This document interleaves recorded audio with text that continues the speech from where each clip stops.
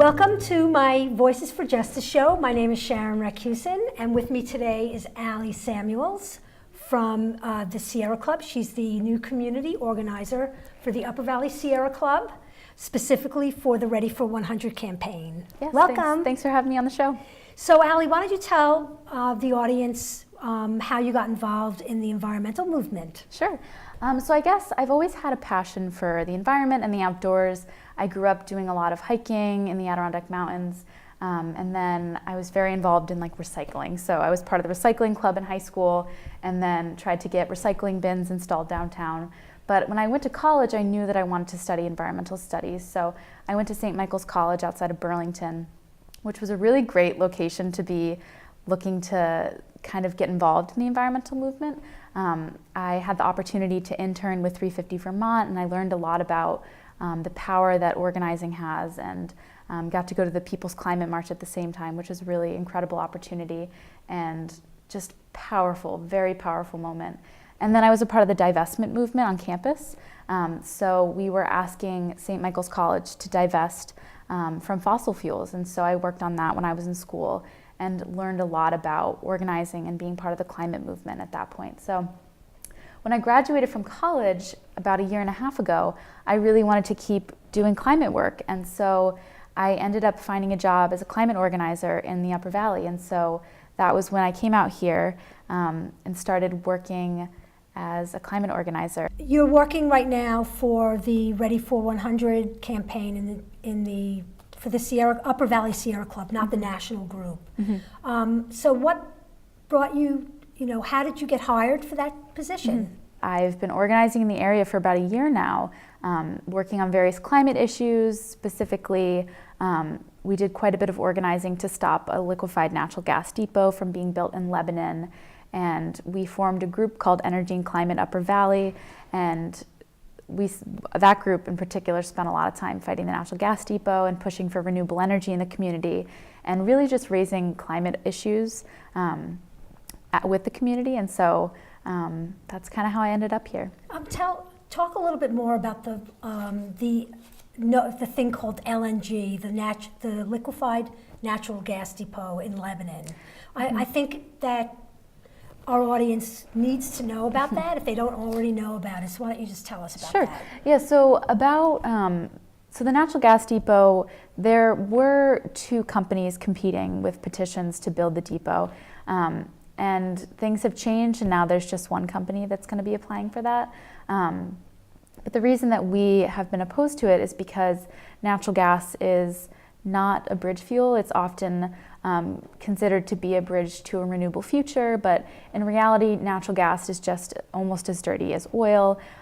Methane, which is what natural gas is primarily made of, when it leaks, it's much more potent than carbon dioxide, so up to 86 times more potent. And what that leads to is dramatic warming of the planet. And so natural gas is not a clean solution. And investing in a depot in Lebanon is 50-year infrastructure. And so if we're looking to get off fossil fuels and work towards a renewable future, we can't be investing now in 50-plus year infrastructure.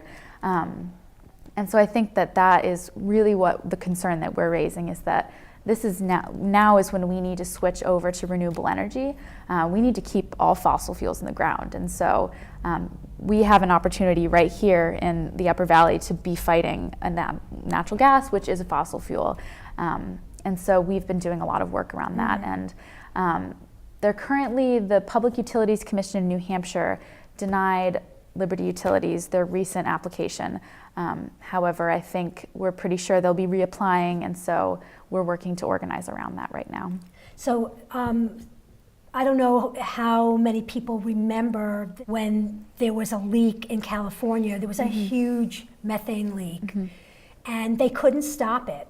And they probably set back the California standards for clean air, I don't know, maybe decades. That's how much methane leaked into the air, and they couldn't stop it. And that's frightening in itself. And people were getting sick. You can't see it. You have to have special cameras. There's leakage from every fracking site, and from every place where they, they let out the methane, but even just leaks that they think are capped are disrupting the climate. And altogether, the aggregate of that is that we may be stopping CO2, we're thinking about CO2, but methane is, like you said, much, much worse. So from our conversations in the past, looking for solutions is what brought you to the Ready for 100 campaign. So let's talk about that. Yeah, definitely. And I think it kind of came out of our energy and climate group. So as we had been working so hard to raise awareness of the liquefied natural gas depot and to fight it from coming to Lebanon, one of the volunteers that I worked with, who's a member of the Sierra Club Executive Committee, Judy, had found out that there was this opportunity to get involved with this new Sierra Club campaign called Ready for 100. And she brought this to us and was really excited about potentially getting involved. And so she wrote a really great grant to the Sierra Club. And after a while, we eventually heard back from them and found out that we were accepted to be part of this really, really, really cool campaign. So that was about a year ago. And so we've been kind of building and working on this for a while. And again, it came out of this natural gas movement. So now we wanted to be working towards something. And we launched the campaign officially in August of this year. So while we've been kind of working on this for a while, it's still relatively new. So it's been a couple months now. And at the end of the show, we're going to post, how to get involved in either the Sierra Club, with Allie, with the campaign, and you've got other things. The things that you launched this campaign, but you're doing other things. So book readings and things like that. Yeah, and so I guess the campaign launch was a pretty cool event. It was, so we wanted to make it very visible. So what we did, we organized an aerial art photo, which if you don't know what that is, it's like using we had like 125 plus people participating in this, and people lined up in the formation of 100%. So ready for like 100% renewable energy. And we were out in the Dartmouth Green and we took the photo from above. And so we had representatives from over 23 towns in the Upper Valley. Lots of people got involved. It was really cool. We have a great picture from it. But we're doing a lot more now to focus on educating people about this issue and specifically the feasibility of the transition to 100% renewable energy. And I think that's kind of what you'll see in the next couple months. We're thinking of doing an educational event series so that from all across the Upper Valley, people can get involved in like community events, focusing on how renewable energy can save you money. And we'd love to highlight success stories in New Hampshire for towns that have done this. And then we're also doing a book group, or I should say study group is probably more accurate. So we had our first one at the Bugbee Senior Center last week, and it went really well. This is kind of a new idea of ours, but we want to start learning as a group what would work for the Upper Valley. And so we started out by reading this book called Our Renewable Future, which is a really great book. We're kind of just in the beginning of it right now as a group, but we're also thinking about reading articles, each new articles every time we meet, bringing in speakers, hosting webinars, just to keep learning as a group how to make this transition possible and keep re-engaging as a group so that as new things come up, we can kind of work through it together.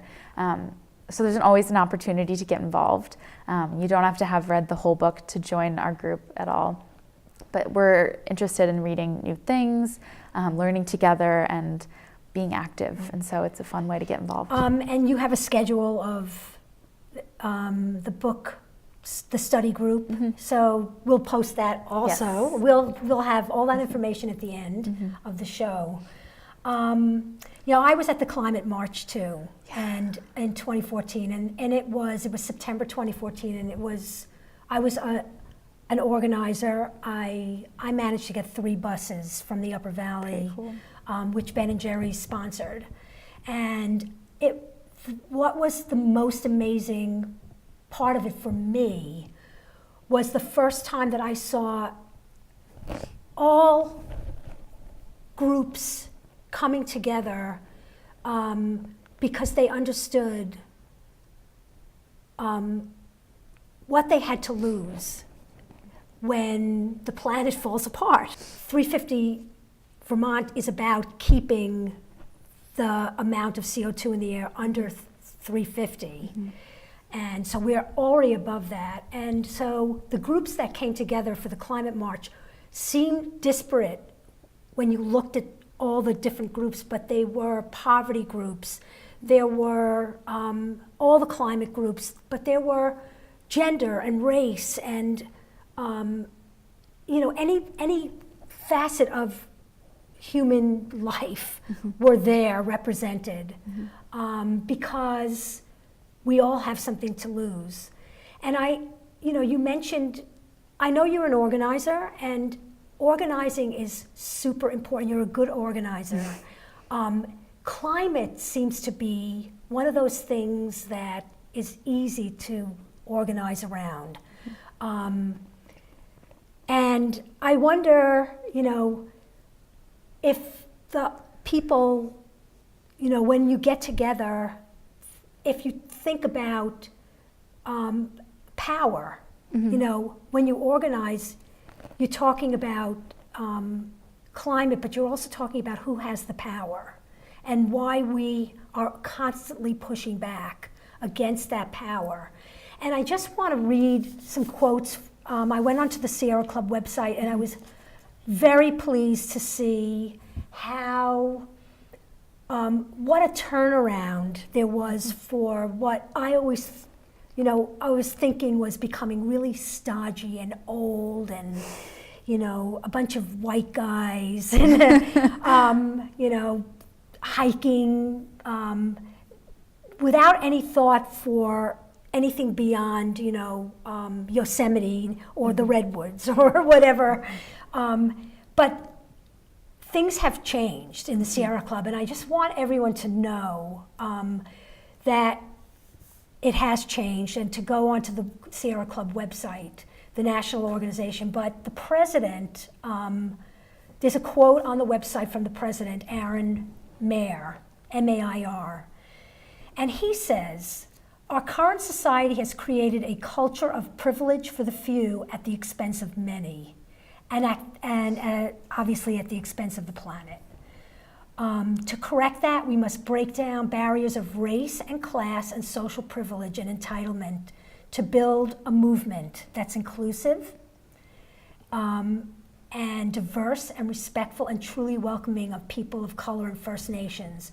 And just that, the totality of that statement is really makes me feel good about the Sierra Club, of which I've been a member for many, many decades, and active in it.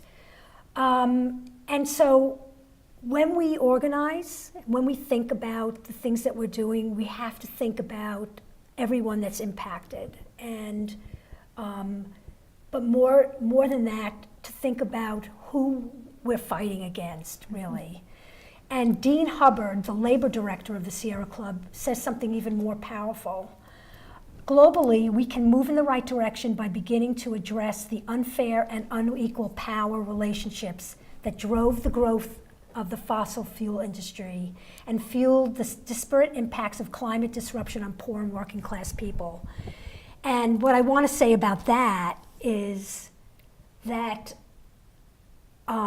the addressing the unfair and unequal power of all the industries is what we have to think about. And that's why when we went to the climate march, the people, from the impacted people from every strata of life from all over the world were there pushing back.